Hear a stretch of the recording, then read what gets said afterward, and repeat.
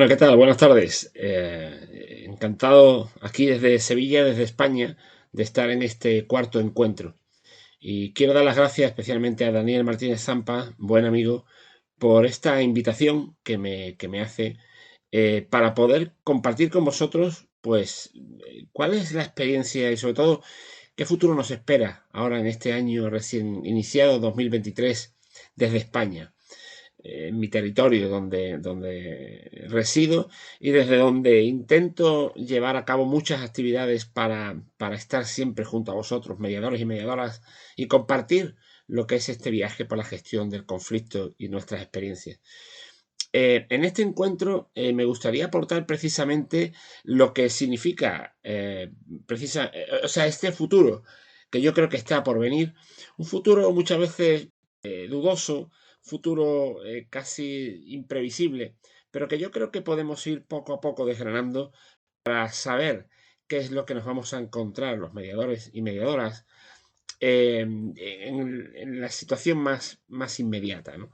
Aquí en España estamos viendo, como en todo el mundo, momentos más que convulsos, momentos de dudas, momentos en los que tras una pandemia que hemos vivido y que parece ser hemos superado, pues hemos valorado mucho el tiempo, hemos valorado mucho las relaciones humanas y yo creo que es importante en estos momentos hablar de paz. Hablar de paz va a significar, queridos amigos, lo que os pongo aquí, lo que he querido compartir con vosotros durante este encuentro. He querido llamarle un viaje por la gestión de conflictos, perspectivas desde España para el 2023. Y esa es mi intención en este ratito que vamos a compartir, estar juntos y vais a ver este PowerPoint que os he preparado, porque sinceramente mi primera pregunta que os quiero hacer y que quiero que reflexionemos es, ¿creéis que llegaremos a tiempo? Aquí tenéis el anagrama, el dibujo de la Agenda 2030, porque era en septiembre de 2015 cuando los políticos en Naciones Unidas decidieron crear unos objetivos de desarrollo sostenible. Y en esta Agenda 2030 se dice que se basa en 5 dimensiones fundamentales: las personas, la prosperidad, el planeta, la participación colectiva y la paz. Para nosotros esa P de la paz es la más importante de las 5 Ps en que se basa esta Agenda 2030, la paz. El objetivo 16, como todos sabéis, habla de promover sociedades justas, pacíficas e inclusivas. Y mi pregunta sigue siendo la misma: ¿llegaremos a tiempo? Porque estamos a pocos años de llegar a intentar cumplir esos objetivos de la Agenda 2030, que, insisto, se aprobaron en el año 2015, este año estamos en el año 2023 y no nos queda nada. No nos queda nada para ir pensando en qué punto estamos. Yo pienso que desde España lo que podemos poner en común con todos vosotros es que abogados, psicólogos, educadores, trabajadores sociales, asociaciones, todos aquellos que nos hemos formado en mediación y que nos llamamos mediadores profesionales, reclamamos la reactivación de un anteproyecto que se promulgó en enero del año 2019 para que la mediación termine siendo conocida. Que la mediación sea normal, que la mediación esté dentro de la cultura de los españoles a la hora de enfrentarse ante un conflicto. Porque hay que pensar que llevamos ya un cuarto de siglo regulando la mediación.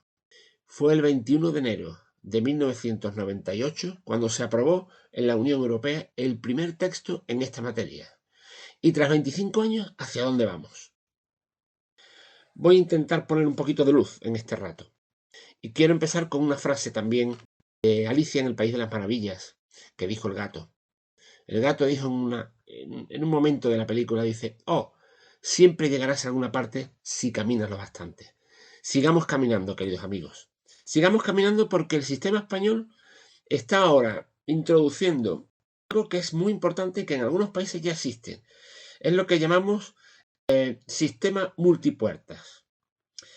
En España actualmente hay un anteproyecto de medidas de eficiencia procesal del Servicio Público de Justicia, que también está en anteproyecto, es decir, estamos pendientes que podría producirse una aprobación definitiva, donde se dibuja un sistema multipuertas, similar al que existe en algunos países y por el cual quien tenga un conflicto, cualquier persona, cualquier entidad, persona física o jurídica, puede acudir a la vía que le sea más adecuada.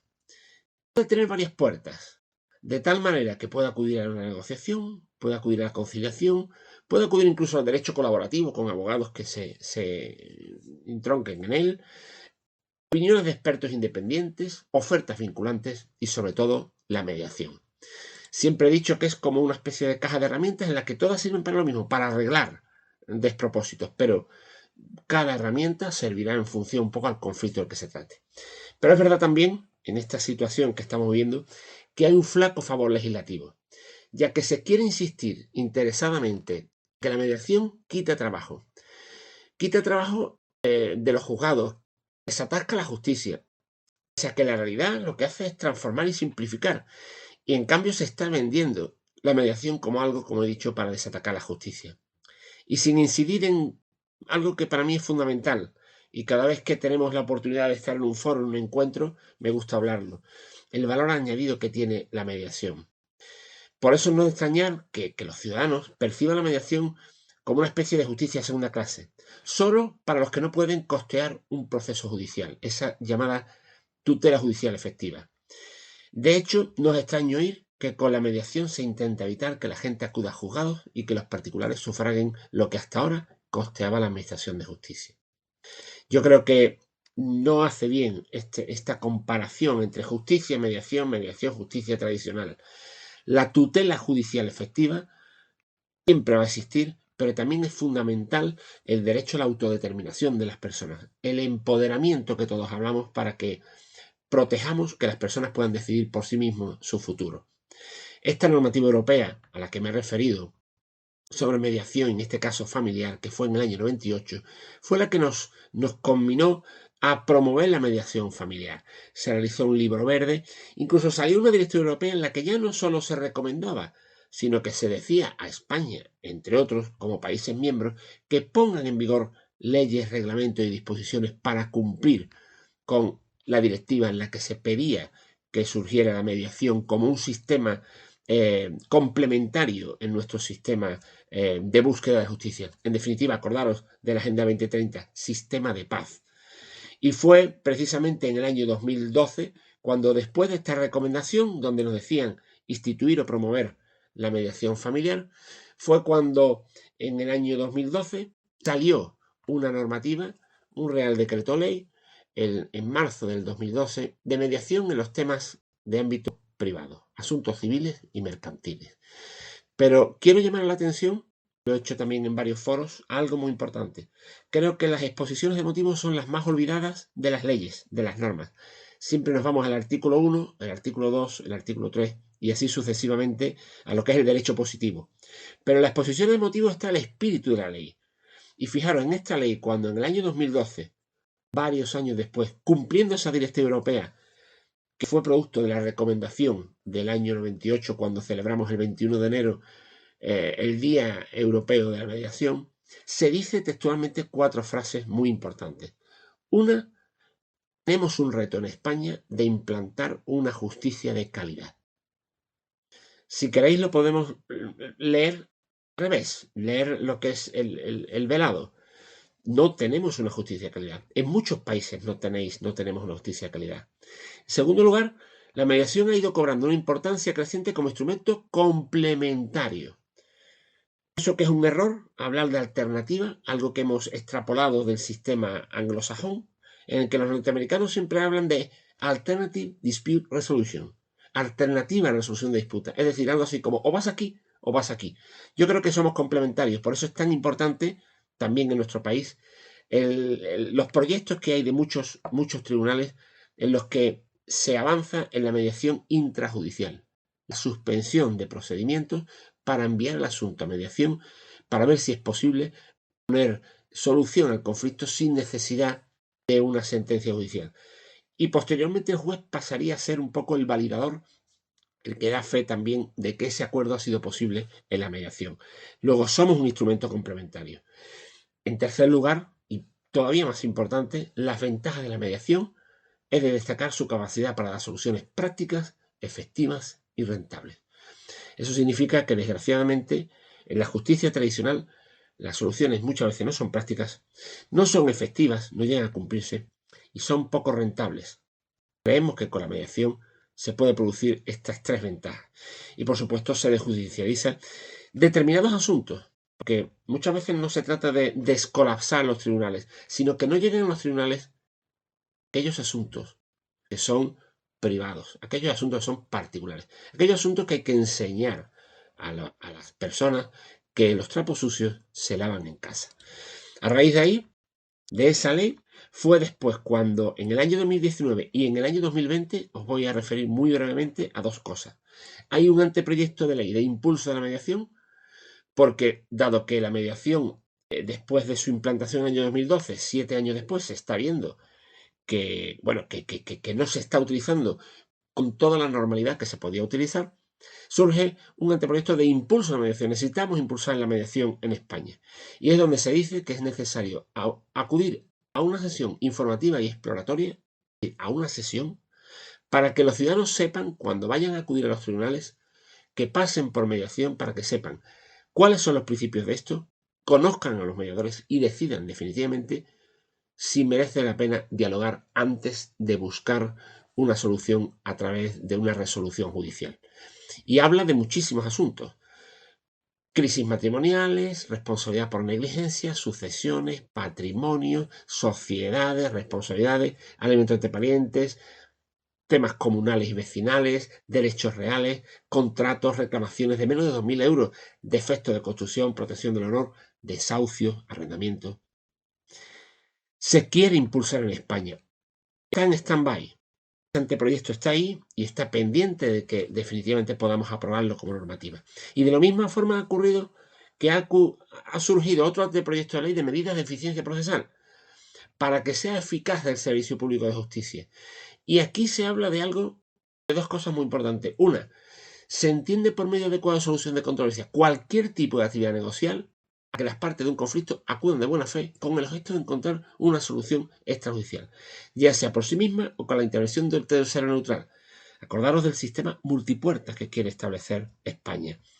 Y las disposiciones del título que hay en este anteproyecto son de aplicación, evidentemente, a asuntos civiles, mercantiles, asuntos privados y también los conflictos transfronterizos.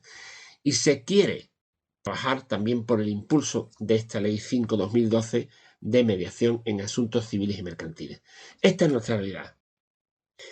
Y bueno, esto es una pequeña píldora que me permite este encuentro fantástico con muchos profesionales de muchos países del mundo para contaros experiencias positivas y negativas, que nos puede llevar a las buenas prácticas.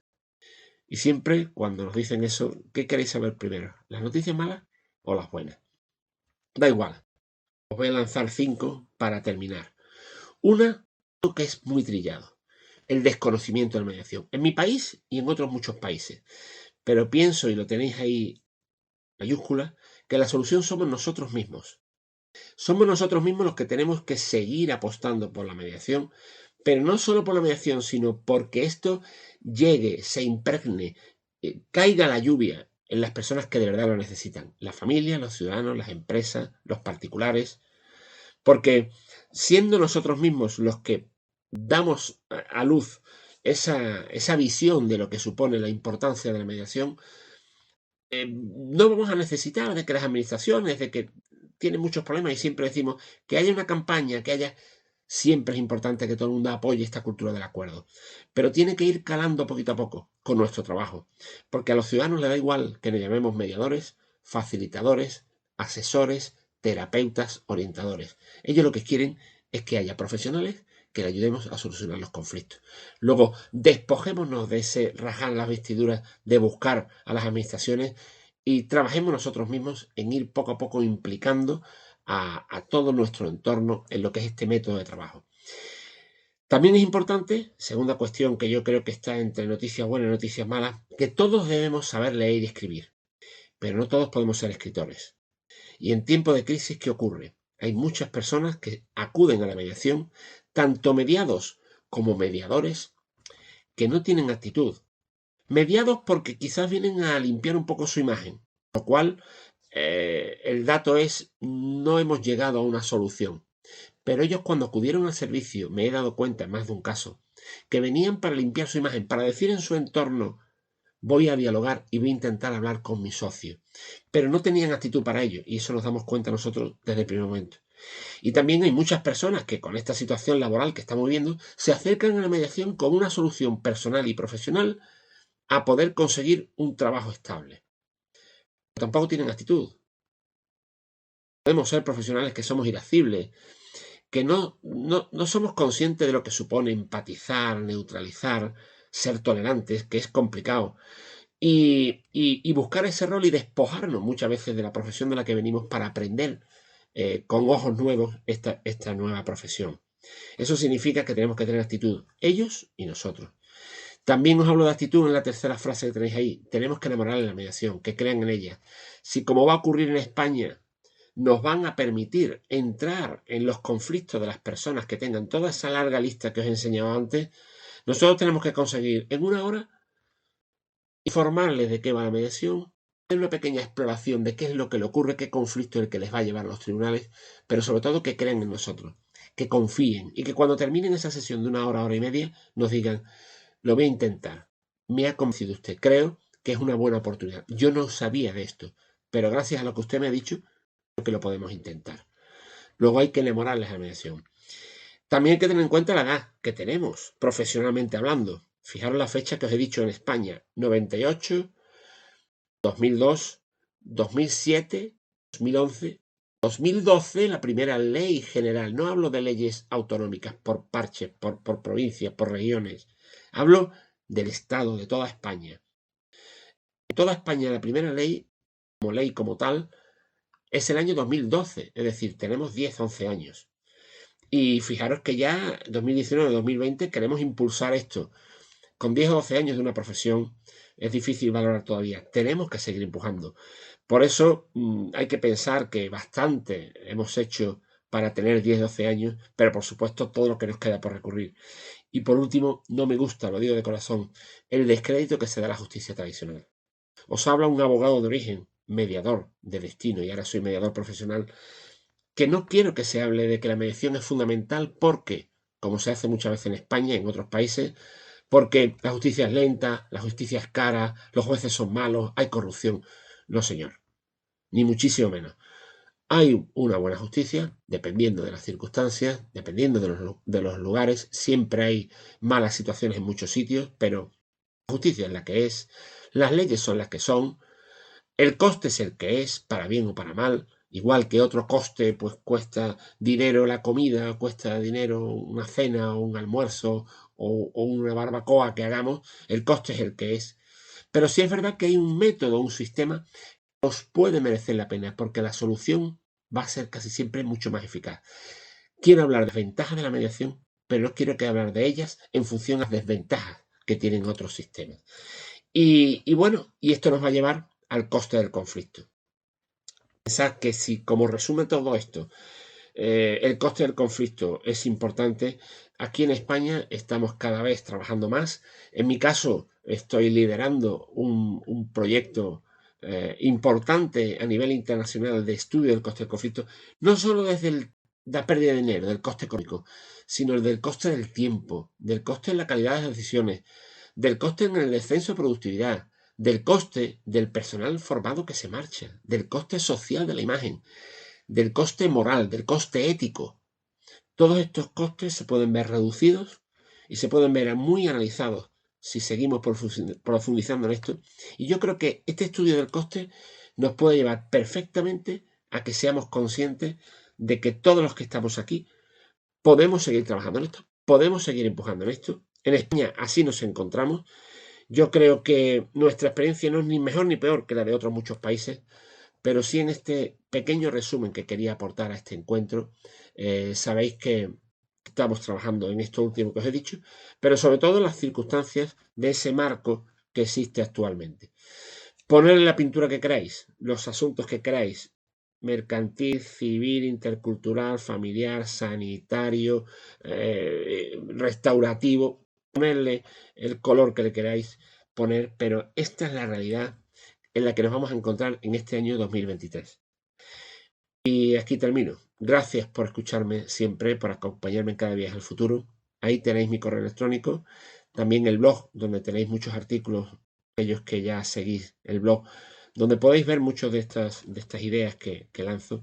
Y el último libro, que hice un estudio de la antropología de la mediación, que ha sido ahora publicado en febrero de 2023 en Amazon, y en el que también se habla del origen de todo esto, el origen de dónde están los cimientos de esto que ahora en España llamamos mediación profesional. Así que muchísimas gracias por estar ahí, gracias a Daniel, gracias a su equipo, gracias a todos sobre mediación y bueno, seguimos viéndonos en el camino.